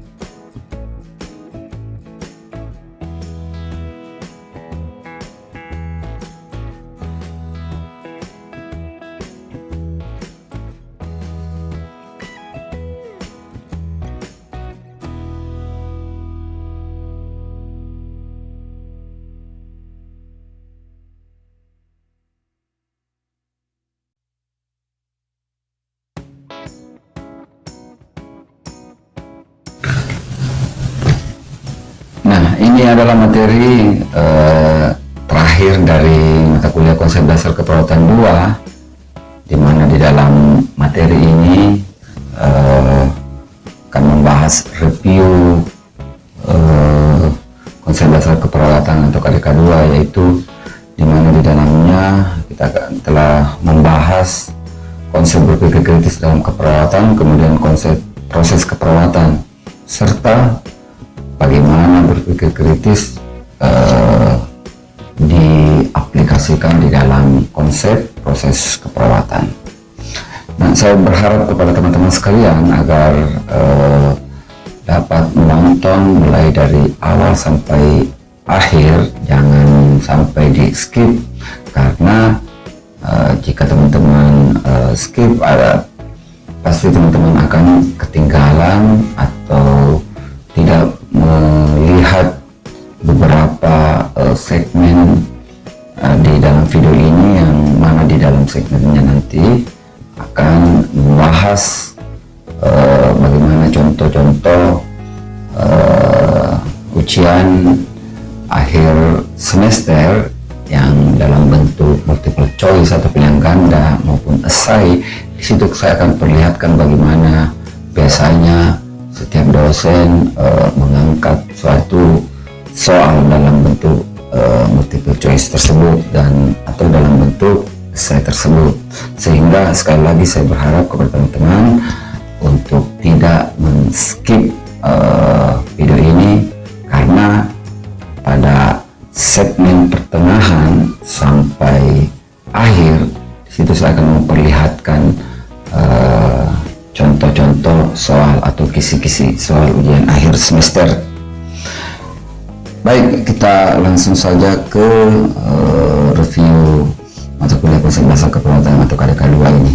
Di sini ada berpikir kritis dalam keperawatan, di mana materi ini sudah dibahas di pertemuan pertama atau pertemuan kedua. Pertemuan pertama kita membahas tentang silabus, dan pertemuan kedua kita membahas langsung ke konsep berpikir kritis dalam keperawatan. Nah, ini silabus ya, sudah dipelajari, kita lewatkan saja. Nah, ini contoh soal bisa saja muncul di slide ini, di mana biasanya muncul di sini. Ini adalah salah satu contoh soal esai ya, misalnya coba sebutkan definisi berpikir kritis dalam keperawatan. Nah, mungkin jawabannya seperti ini. Berpikir kritis dalam keperawatan adalah komponen penting dari tanggung jawab profesional dalam asuhan keperawatan profesional. Seperti itu. Nah, di berpikir kritis dalam keperawatan atau thinking atau berpikir, di sini kita bisa memiliki suatu pendapat atau merefleksikan sesuatu, mengingat, membedakan dan seterusnya, kritikal, itu juga dan seterusnya.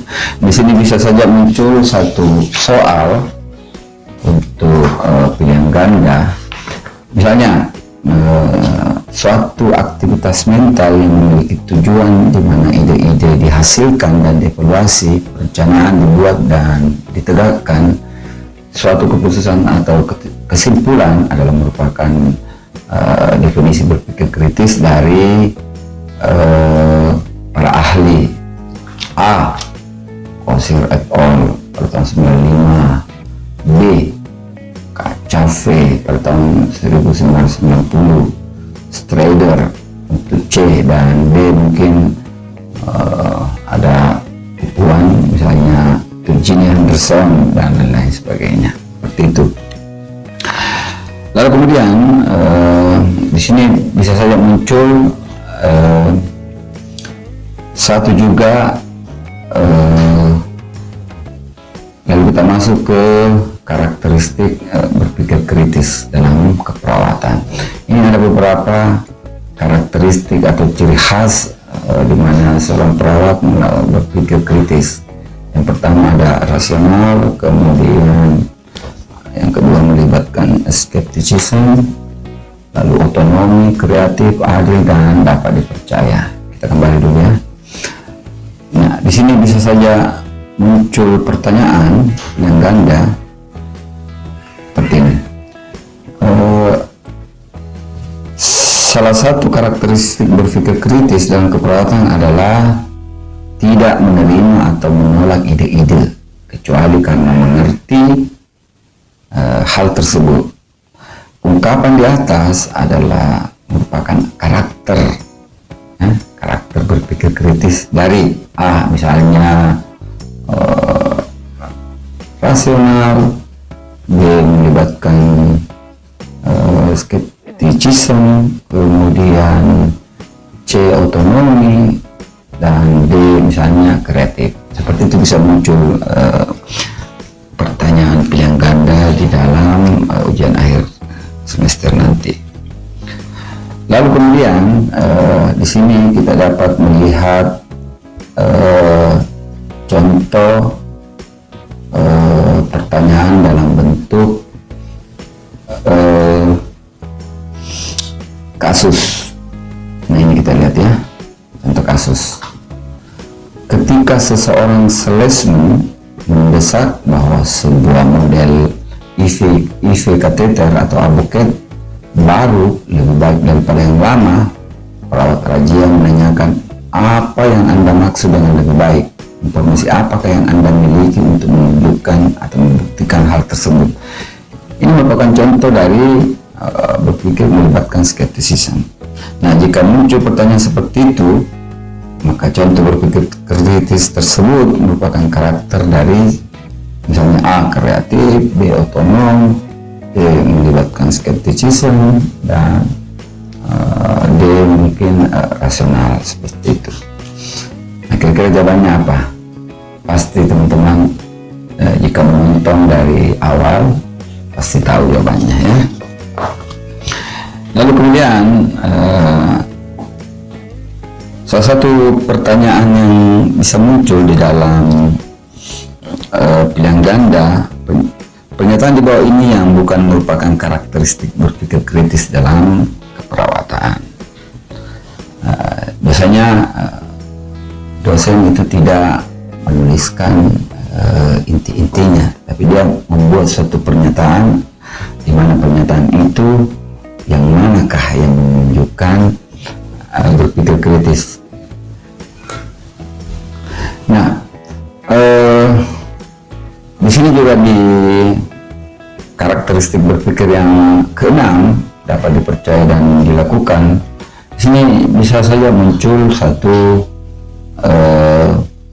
pertanyaan. Contohnya, pernyataan di bawah ini yang bukan merupakan karakteristik berpikir kritis dalam keperawatan berupa dapat dipercaya dan dilakukan adalah. Jadi di sini pertanyaannya yang mengecoh ya, pernyataan di bawah ini yang bukan. Berarti jika seperti itu berarti ada pernyataan di sini selain dari ini, berarti itu jawabannya. Nah, A memutuskan tindakan yang akan dilakukan. Nah, B observasi atau membuat observasi yang dapat dipercaya. C menegakkan kesimpulan secara tepat. Dan D misalnya di sini dirubah ya. Di sini kan jawabannya mengangkat masalah. Misalnya kita rubah mengatasi masalah, kita rubah mengangkat masalah, dan merencanakan kebijakan.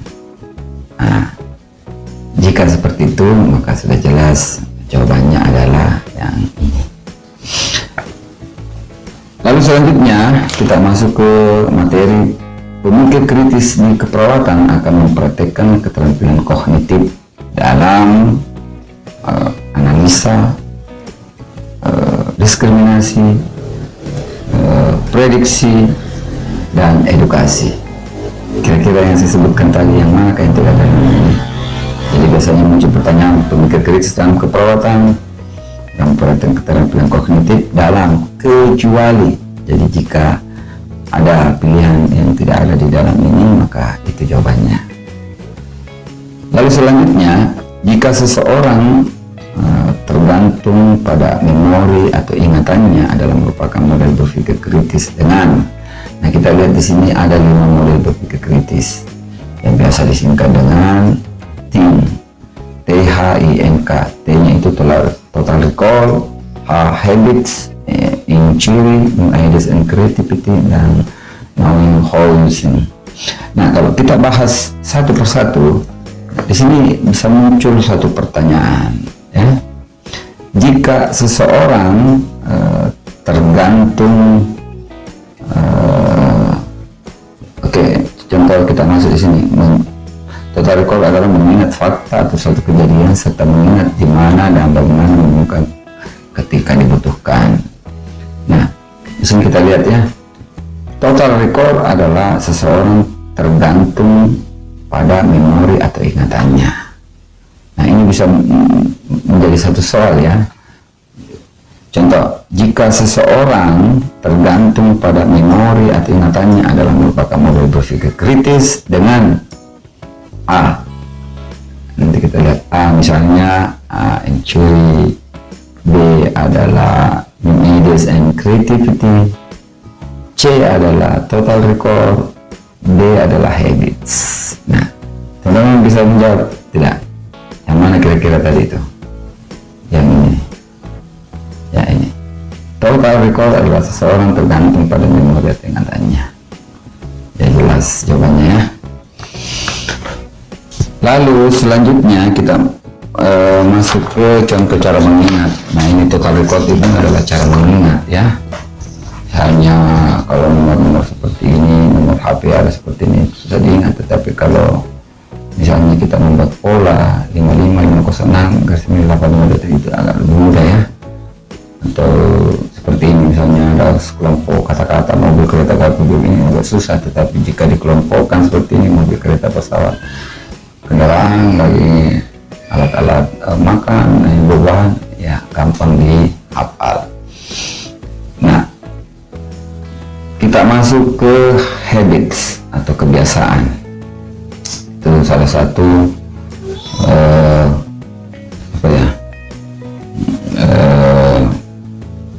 model berpikir kritis.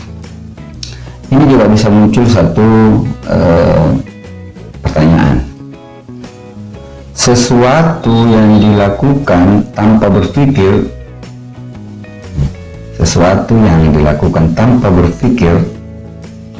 adalah merupakan model berpikir kritis ya.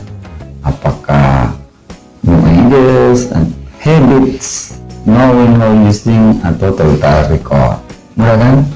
Jawabnya jika teman-teman tetap mengikuti dari awal mata kuliah yang pernah saya sampaikan.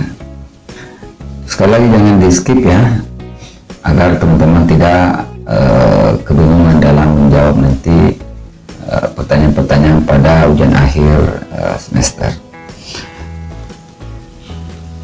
Nah,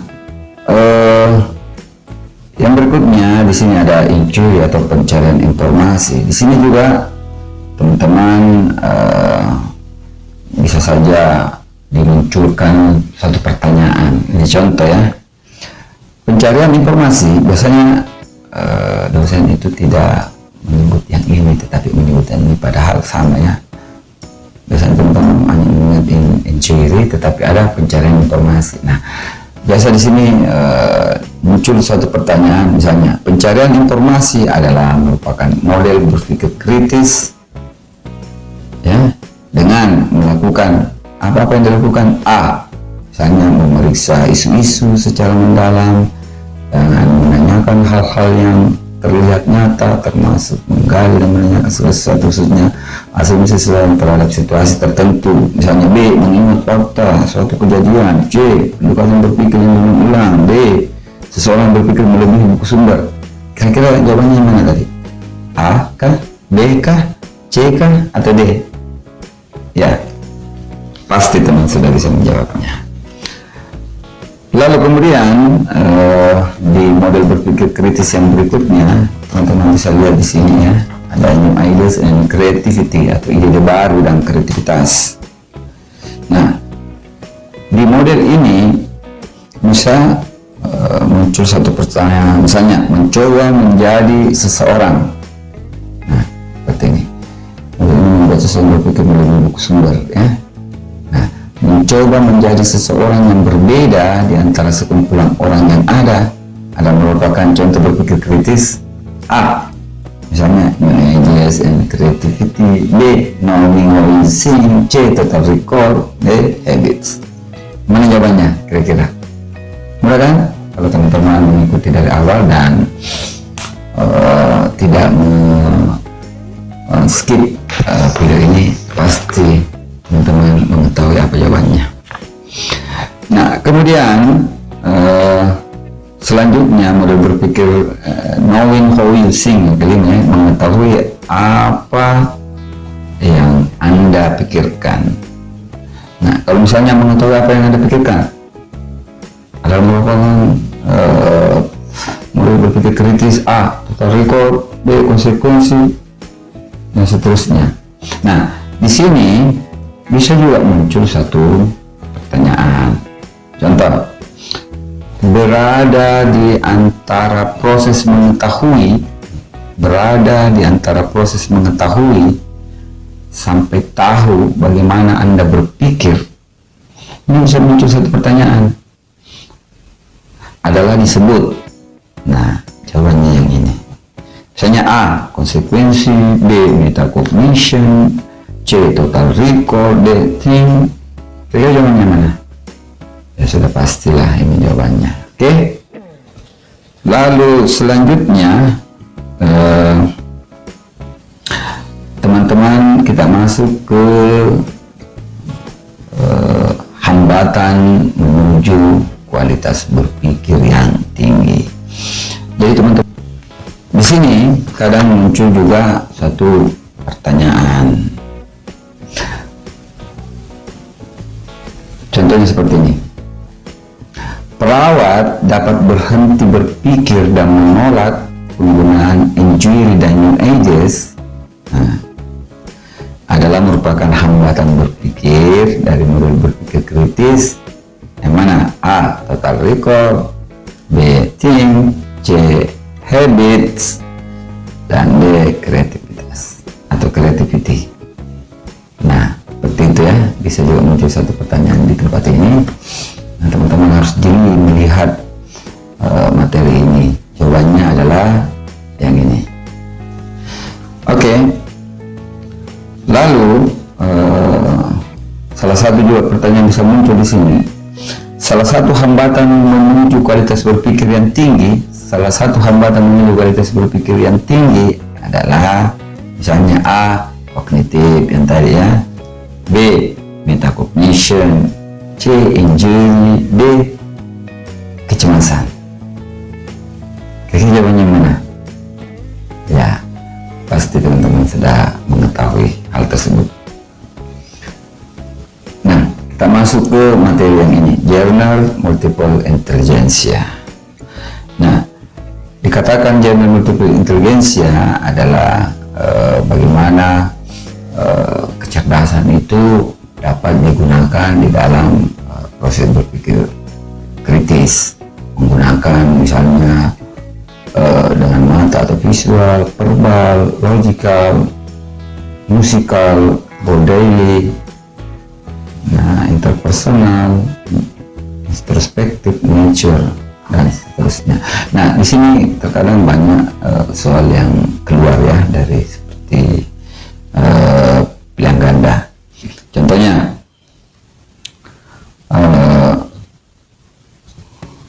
ini, penggunaan berbagai keterampilan membuat alasan memilih penggunaan data faktual dan penggunaan cara berpikir induksi dan dedukasi adalah merupakan Journal Multiple Intelligence ya.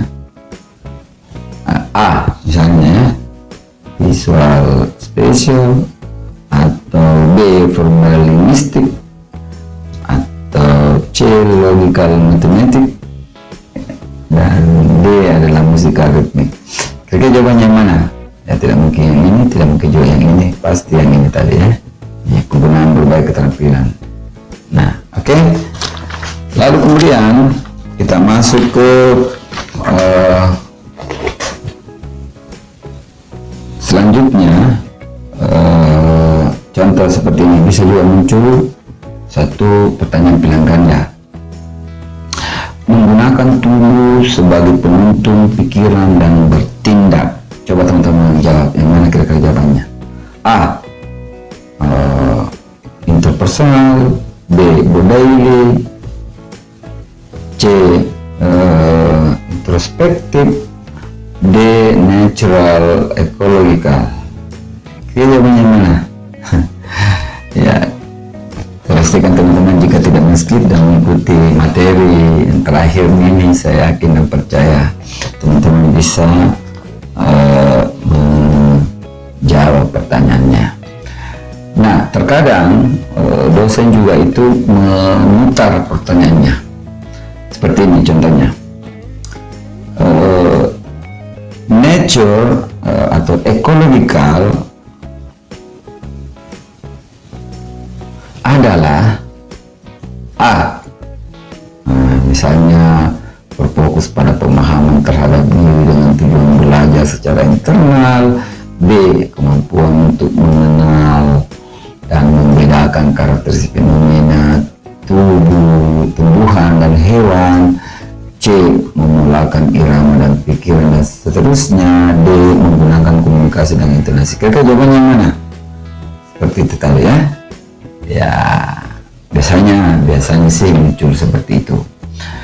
Nah, selanjutnya, materi selanjutnya ya, terkadang juga biasanya di dalam bentuk dua nomor pertanyaan seperti itu. Misalnya intrapersonal atau introspektif adalah jawabannya pasti yang berfokus pada pemahaman terhadap diri dengan tujuan belajar secara internal melalui perubahan ataupun pengetahuan menjadi satu arti. Seperti itu. B. Kemampuan, biasanya cuma diputar-putar aja. Yang jelasnya jika pertanyaannya seperti ini, interpersonal atau introspektif adalah merupakan model Gardner, jawabannya seperti ini. Sekarang kita masuk ke melakukan. Yang manakah yang termasuk dalam doing itu? Seperti ini. Nah, ini doing. Jadi doing direct patient care, perawatan pasien secara langsung ya, melakukan perawatan pasien secara langsung. Ada juga doing indirect, artinya tidak langsung. Nah, jangan sampai teman-teman terkecoh, pertanyaannya langsung, jawabannya tidak langsung. Di situ biasa pertanyaannya mengecoh. Nah, di sini salah satu contoh soal pilihan ganda yang termasuk dalam doing direct patient care adalah kecuali. Nah, kecuali misalnya sini teman-teman biasa memasukkan data misalnya konseling, caretaking, kemudian monitoring, kemudian teaching. Nah, jika ada pilihannya di luar dari itu, misalnya ada di sini collaborating, berarti yang ini, yang kecualinya yang ini, karena dia masuk dalam doing indirect. Nah, begitupun juga dengan sebaliknya yang termasuk dalam doing indirect patient care kecuali. Jadi jawabannya nanti yang tidak ada dalam ini ya. Misalnya pertanyaannya yang termasuk dalam doing indirect patient care kecuali misalnya A. advocacy, B.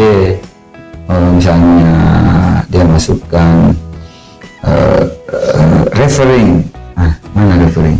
Tidak ada ya, karena referring masuk ke doing direct. Tapi pertanyaannya doing indirect. Nah, seperti itu. Lalu C misalnya documenting dan D consulting. Kira-kira jawaban yang mana? Otomatis yang tidak ada dalam ini adalah jawaban kecuali. Selanjutnya kita masuk ke faktor-faktor yang mempengaruhi doing. Nah, kita kita lihat di sini ada beberapa faktor yang mempengaruhi. Yang pertama faktor lingkungan, faktor pasien, dan faktor perawat. Nah di sini juga karena pilihannya ada 3, jadi bisa muncul saja pertanyaan misalnya yang bukan merupakan faktor yang mempengaruhi doing adalah A. lingkungan, B. pasien, misalnya C. keterampilan, D. perawat. Kira-kira yang mana yang bukan tempat yang mempengaruhi? Kan sudah saya jelaskan tadi. Yang pertama faktor lingkungan, yang kedua pasien, yang ketiga perawat. Dan selain dari itu berarti bukan faktor yang mempengaruhi.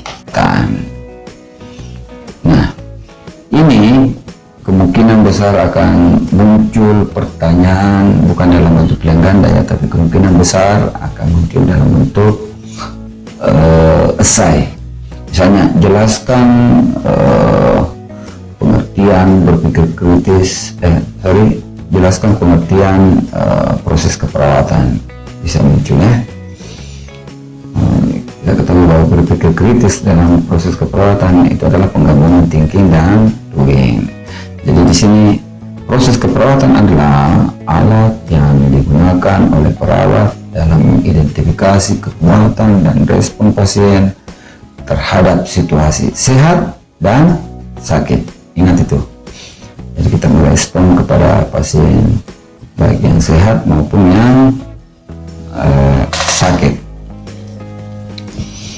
Nah, di sini juga bisa muncul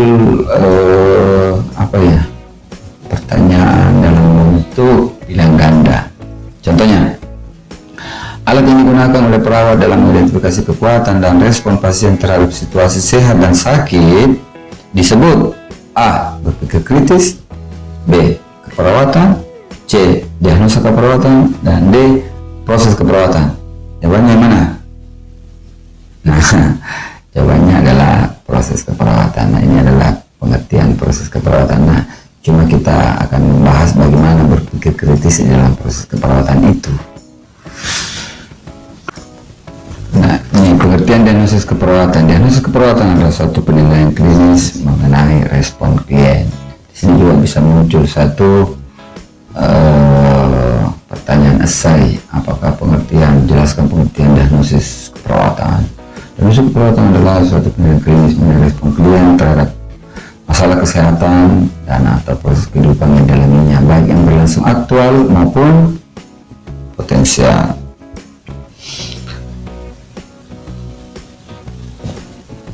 Nah, di sini masalah kesehatan mengacu pada respon klien. Klasifikasi diagnosis keperawatan. Ini klasifikasinya.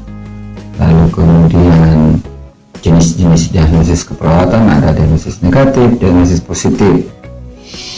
Kemudian diagnosis risiko, komponen diagnosis keperawatan, ada komponen yang pertama adalah masalah, yang kedua indikator diagnostik. Indikatornya terbagi 3 ya, ada penyebab, ada tanda dan gejala, ada faktor risiko. Nah, proses penegakan diagnosis keperawatannya. Proses penegakan diagnosis adalah suatu proses estimasi yang terdiri dari 3 tahap. Nah, tahapnya itu adalah analisis data, identifikasi masalah, perumusan diagnosis keperawatan. Di sini juga akan muncul satu pertanyaan. Nah, proses penegakan diagnosis keperawatan diuraikan sebagai berikut. Ada 3 langkahnya. Ini analisis data, B identifikasi masalah, C perumusan, D. Selain dari itu adalah itulah jawabannya, misalnya kan itu. Lalu selanjutnya kita masuk ke pembahasan satu persatu ya, kita lewati saja. Nah, ini juga kita biasanya memunculkan suatu pertanyaan. Contoh ini penulisan 3 bagian. Perumusan diagnosis keperawatan. Nah, perumusan diagnosis keperawatan. Penulisan diagnosis disesuaikan dengan jenis diagnosis keperawatannya. Terdapat 2 metode perumusan diagnosis. 2 metode. Yang pertama penulisan 3 bagian atau 3 part format, dan yang kedua penulisan 2 bagian atau 2 part format ya, 2 part format ya. Nah, di sini kadang muncul pertanyaan jelaskan yang disebut penulisan 3 bagian atau 3 part format dalam perumusan diagnosis keperawatan. Nah, jawabannya adalah metode penulisan ini terdiri dari masalah, penyebab, dan tanda gejala. Artinya ada 3 bagian di dalamnya, itu masalah, penyebab, dan tanda dan gejala. Seperti itu. Lalu kemudian jika menggunakan 3 part format, formulasinya sebagai berikut ya. Masalah kan ada 3 ya, masalah, penyebab, tanda dan gejala. Masalahnya apa? Berhubungan dengan apa? Dengan penyebab, dibuktikan dengan tanda dan gejala. Nah itu yang disebut penulisan 3 bagian. Frase berhubungan dengan dapat disingkat B.D, dan frase dibuktikan dengan dapat disingkat dengan DD. Nah ini contohnya, bersihan jalan napas tidak efektif B.D atau berhubungan dengan. Jadi teman-teman tidak perlu menulis ini panjang-panjang berhubungan, singkat saja B.D. Spasme jalan napas ditandai dengan D.D. Batuk tidak efektif, sputum berlebihan, mengi, dispneu, dan gelisah. Oke? Sini bisa muncul satu pertanyaan, membedakan data penting dan tidak penting adalah merupakan penggunaan proses berpikir kritis di dalam proses keperawatan, di pengkajian, B. diagnosis, penegakan diagnosis, C. perencanaan, dan seterusnya. Jawabannya sudah pasti ketahuan. Lalu kemudian salah satu bentuk berpikir kritis dalam implementasi keperawatan, nah kita masuk ke implementasi. Salah satu bentuk berpikir kritis dalam implementasi keperawatan adalah misalnya A. memutuskan apakah hipotesa sudah tepat, B. mengaplikasikan pengetahuan dan prinsip-prinsip, C. misalnya mengembangkan kriteria evaluasi, dan D. membuat hubungan antar disiplin misalnya ya. Kira-kira jawabannya mana?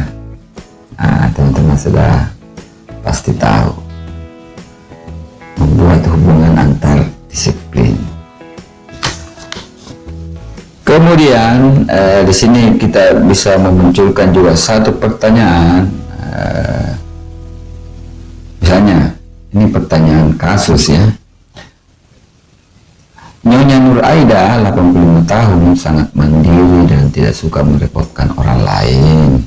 Hari ini ia harus bed rest setelah operasi femur 2 hari yang lalu. Anda masuk ke kamarnya dan menemukan klien berupaya keras menyelesaikan mandi keringnya, walaupun ia tidak bisa menyentuh bagian bawah kakinya. Seperti itu. Hal pertama yang saya pikirkan adalah seperti itu.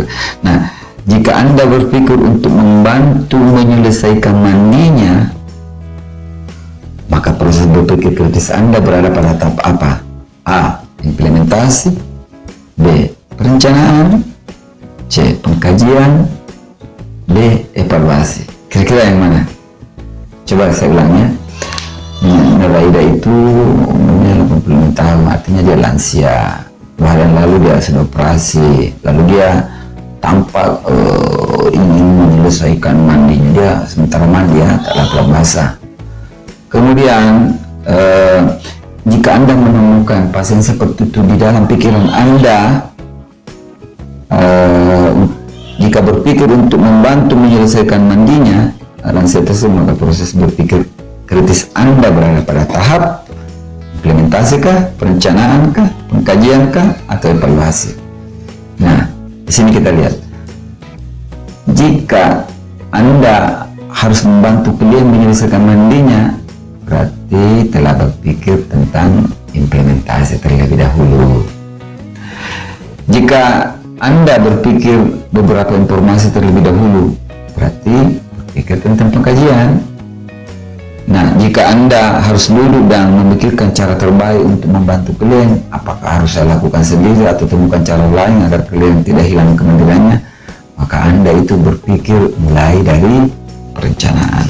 Seperti itu. Jadi jawabannya mana? Nah, jawabannya yang ini. Nah, jika muncul pertanyaan, International Classification of Nurses Practice membagi diagnosis keperawatan menjadi 5 kategori. kecuali yang mana? Perilaku ada tidak perilaku? Ada. Lingkungan ada. Fisiologis ada. Aktual ada tidak? Nah, kalau tidak ada ya, berarti jawabannya adalah aktual, karena pertanyaannya kecuali. Nah, jika muncul pertanyaan tersebut, misalnya diagnosis ini menggambarkan respon klien terhadap kondisi kesehatan atau proses kedepannya yang dapat menyebabkan klien berisiko mengalami masalah kesehatan, adalah merupakan diagnosis apa? Diagnosis aktualkah, atau resikokah, atau promosi kesehatan, atau potensial, dan seterusnya. Teman-teman bisa menjawabnya dengan pasti jika mengikuti materi ini dari awal sampai sekarang. Lalu kemudian di sini juga sebelumnya akan biasanya muncul satu pertanyaan pilihan ganda. Contoh, menunjukkan bahwa klien dalam kondisi sehat dan dapat mencapai kondisi yang lebih sehat atau optimal. Disebut diagnosis apa? A. Diagnosis negatif. B. Diagnosis positif.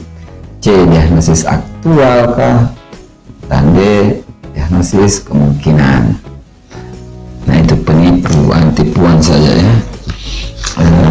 Ini dan lainnya. Nah, selanjutnya di sini ada komponen diagnosis keperawatan. Ada beberapa komponen. Diagnosis keperawatan memiliki dua komponen utama, yaitu masalah atau label diagnosis dan indikator.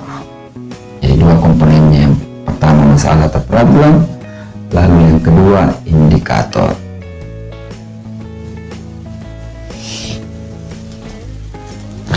Nah, di sini di indikator terbagi atas 3 ya. Indikator diagnosis terdiri dari penyebab, tanda, dan gejala atau faktor risiko.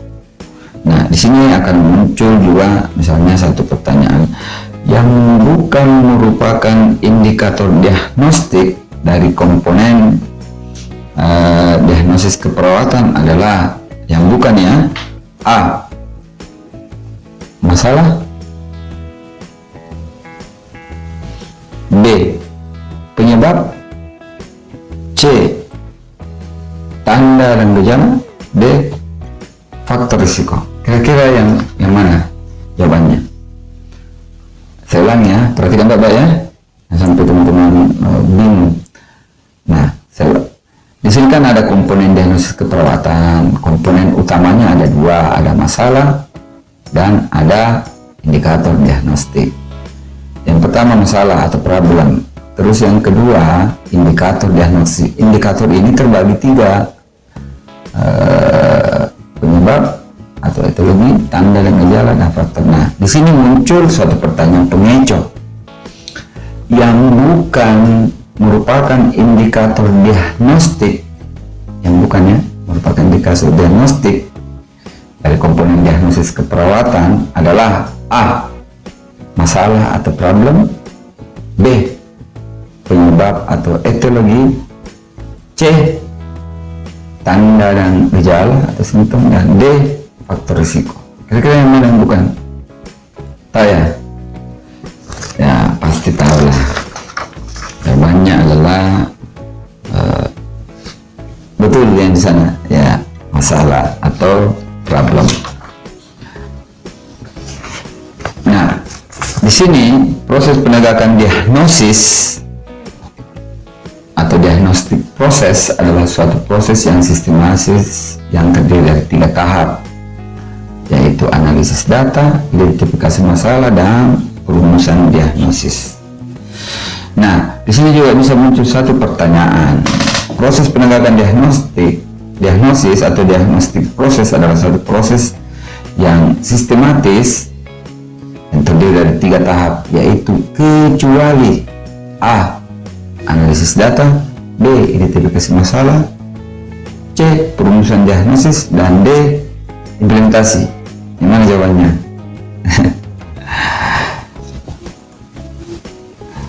Lalu kemudian biasanya di sini tadi sebelumnya saya lupa ya, di yang 3 indikator ya, 3 mana tadi 3.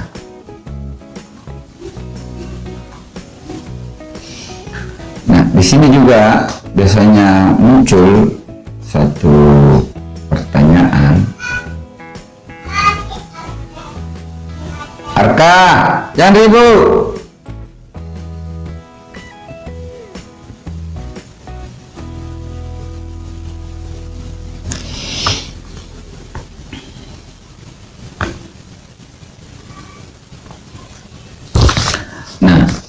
Kita masuk ke perumusan diagnosis keperawatan.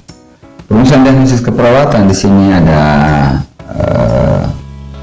atau penulisan diagnosis disesuaikan dengan jenis diagnosis keperawatan. Terdapat 2 metode perumusan, metode 3 bagian atau 3 part format, dan metode 2 bagian atau 2 part format.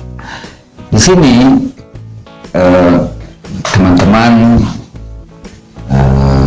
bisa dimunculkan suatu pertanyaan pilihan ganda. Contohnya, perumusan atau penulisan diagnosis disesuaikan dengan jenis diagnosis keperawatan, di mana pada penulisan 3 bagian atau 3 part format dilakukan pada diagnosis apa? A. Risiko, B. Promosi, C. Aktual, D. Potensial. Kira-kira jawabannya mana? Nah, kalau teman-teman membaca dari sini pasti menemukan jawabannya. Penulisan 3 bagian, metode penulisan ini terdiri dari masalah, penyebab, dan tanda gejala, dan hanya dilakukan pada diagnosis aktual saja. Jika menggunakan 3 format, masalah, penyebab, dan tanda, berarti digunakan pada diagnosis aktual. Yang 3 bagian ya, ingat 3 bagian itu masalah, penyebab, dan tanda gejala digunakan pada diagnosis aktual.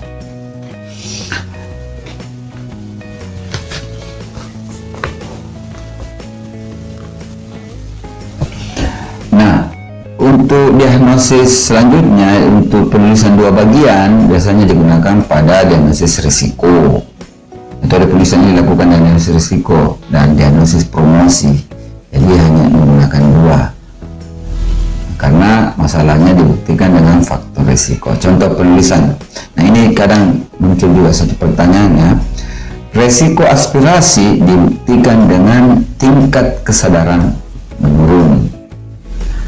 Nah, pernyataan ini atau diagnosa ini adalah termasuk diagnosa keperawatan. A. Potensialkah? B. Risiko? C. Aktual? Dan D. Promosi. Jawabannya mana? Udah paham ya? Nah, seperti itu. Nah, saya berharap teman-teman jika dari awal teman-teman mengikuti proses review mata kuliah konsep dasar keperawatan, baik itu berpikir kritis dalam keperawatan maupun konsep diagnosis keperawatan, proses keperawatan, dan penerapan berpikir kritis keperawatan dalam konsep proses keperawatan, saya yakin dan percaya pertanyaannya dalam bentuk pilihan ganda, esai, benar salah maupun menjodohkan, pasti tahu jawabannya. Dan walaupun diputar-putar yang tadinya intinya menjadi penjelasannya menjadi inti, diputar bagaimanapun Anda tetap tahu jawabannya jika mengikuti proses proses perkuliahan dari awal. Nah, perlu saya sampaikan bahwa di dalam ujian akhir semester nantinya mata kuliah konsep dasar keperawatan atau KDK 2 itu mewajibkan ada 30 soal multiple choice ataupun pilihan ganda. Lalu kemudian kemungkinan ada 5 soal esai.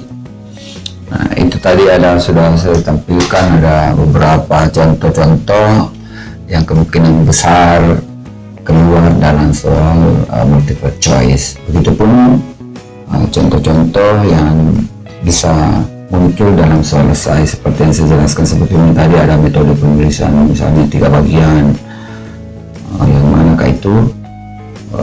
Kemudian misalnya ada jadi model berpikir kritis keperawatan, yang manakah itu, coba sebutkan. Tadi kan ada disingkat dengan think, total record, habits, intuitive, ada kan ya. Lalu kemudian karena kita membahas mata kuliah konsep dasar keperawatan yang pokok bahasanya ada berpikir kritis, ada diagnosis, ada proses keperawatan, otomatis biasanya muncul soal selesai. Apakah itu? Jelaskan pengertian diagnosis keperawatan, jelaskan definisi berpikir kritis dalam keperawatan, jelaskan pengertian proses keperawatan. Kenapa dimunculkan seperti itu? Untuk mengetahui apakah mahasiswa mampu mengetahui konsep mata kuliah ini, dan apakah mahasiswa itu mampu mengaplikasikan mata kuliah yang telah diberikan di dalam pelaksanaan proses keperawatan atau asuhan keperawatan yang dilakukan di tempat kerja nantinya setelah mengikuti proses perkuliahan nantinya. Seperti itu teman-teman yang bisa saya sampaikan, review mata kuliah konsep dasar proses keperawatan, masukkan konsep dasar keperawatan atau KDK 2, di mana dalam mata kuliah ini membahas 2 materi yang paling penting, yaitu berpikir kritis dalam keperawatan dan proses keperawatan. Dan yang paling penting lagi, bagaimana berpikir kritis itu dimasukkan dalam proses keperawatan sehingga asuhan keperawatan yang diberikan oleh seorang perawat memiliki kualitas yang lebih tinggi, dapat bersaing kepada seluruh petugas-petugas kesehatan lainnya, dapat bekerja sama dengan petugas kesehatan lainnya, sehingga outcome-nya nanti seluruh masyarakat dapat menikmati pelayanan kesehatan, pelayanan keperawatan yang baik dan maksimal tentunya. Oleh karena itu, di akhir atau di segmen akhir dari mata kuliah ini, saya berharap kepada teman-teman, aplikasikanlah ilmu yang Anda dapatkan di tempat kuliah, di tempat kerja Anda nanti. Semoga saja apa yang saya berikan pada teman-teman sekalian, kepada seluruh masyarakat pada umumnya, dan teman-teman perawat pada khususnya, dapat bermanfaat, dapat bernilai ibadah bagi saya dan kita semua.